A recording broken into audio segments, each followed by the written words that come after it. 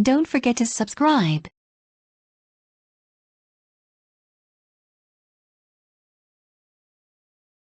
In another type of problem, you might be asked to calculate how much input effort you need to apply to counteract an opposing torque.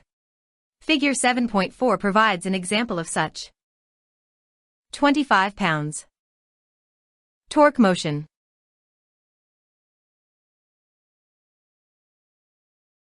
To find out how much input effort you need to counteract the counterclockwise torque, substitute weight for effort and x for the unknown input effort. FD equals FD. Resistance weight, resistance distance, equals input effort, effort distance. 65 equals 6x 300 equals 6x 50 equals x. That means you need to exert 50 pounds of input effort on the crank to counteract the torque of A. If you add an additional load to the resistance, the counterclockwise torque is the sum of the weights, and the distance is the sum of the distances from the fulcrum. You still use the preceding formula to find the amount of clockwise torque needed to equalize the lever. When you have more than one force acting on a machine, remember that the total torque is equal to the sum of the forces. Tip: in most problems such as this one, the question will specify 3 of the 4 quantities in the equation, and the 4th will be unknown, meaning that you need to find the unknown value. X to make the 2 torques equal. Simple and compound machines. Now that we have discussed the influences on machines and the principles that govern them, let's move our discussion to the different types of machines. A machine is any mechanism that makes work easier by helping to push or pull against a resistant force. Machines can multiply the force that you apply, allowing for less input effort, or they can change the direction of the input effort without multiplying it. Machines can also multiply the speed or distance of the resistance movement.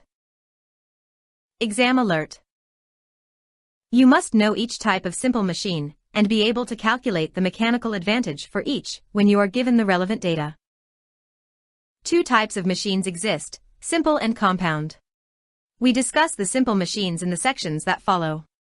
Compound machines are those that consist of 2 or more simple machines. An example of a simple machine is a pulley, whereas a lawnmower is a compound machine that uses a pulley. The following sections discuss the 6 types of simple machines, which consist of the lever, wheel and axle, pulley, inclined plane, wedge, and screw. Levers. You might not be aware, but you use levers every day, opening your car door, chopping vegetables, and even waving hello to your neighbor. The lever is one of the most versatile of all simple machines, because it multiplies force or speed without necessarily changing the direction of effort. Simply put, a lever is a rigid bar or beam resting upon a fulcrum, pivot point. You can calculate the mechanical advantage of a lever in a few ways. By dividing the length of the effort arm by the length of the resistance arm, MA equals effort arm resistance arm. By dividing the distance the effort moves by the distance the resistance moves, MA equals effort distance resistance distance.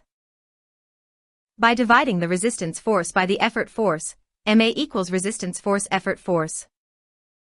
Consider the following example: a 50 pounds force applied at the end of a 4. 5 feet crowbar barely moves a 400 pounds rock located under the opposite end of the bar. Where must the fulcrum be located? First, apply the principle of moments, torque, wherein the counterclockwise movement is equal to the clockwise movement. Rock weight, distance to fulcrum, equals applied force, distance from fulcrum. If x is the distance of the rock from the fulcrum, you can solve it like this. 400 pounds. X foot equals 50 pounds. 4.5 x foot. 400x equals 225, 50x. 400x plus 50x equals 225. For 50x equals 225. X equals 0.5 feet, or 6 inches. Now you can apply the formula for mechanical advantage as follows.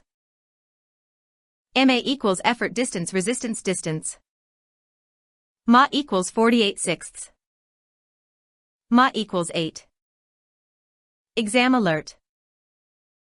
You might have a variety of lever mechanical advantage questions on the test, so you should become familiar with solving MA for the different kinds of levers. We classify levers according to where the input, effort, and output, load or resistance, forces are exerted in relation to the fulcrum. The fulcrum is the point at which the effort direction is changed. In the previous example, the rock is the fulcrum, while a pivot point is another way that direction or effort can be changed. Regardless, all levers must have a fulcrum. The following sections discuss the three types of levers and how they work in relation to that fulcrum. First-class levers. First-class levers place the input and output forces on either side of a fulcrum. In this type, you apply the effort force to one end, and the resistance arm moves the resistance force, reversing the direction of the effort force. Figure 7.5 illustrates a first-class lever.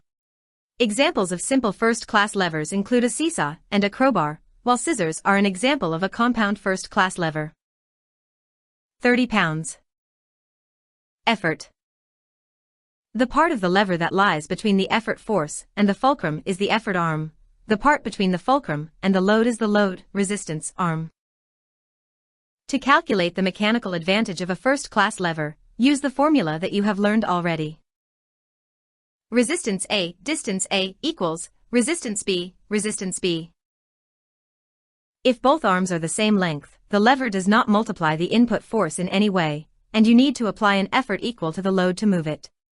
That is, 30 pounds of load requires 30 pounds of effort to move it. Because both sides of the equation are equal, there is no mechanical advantage. However, if the effort arm is longer than the load arm, the lever will multiply the effort force, requiring you to exert less effort to move the load than the resistance weighs, thus creating a mechanical advantage.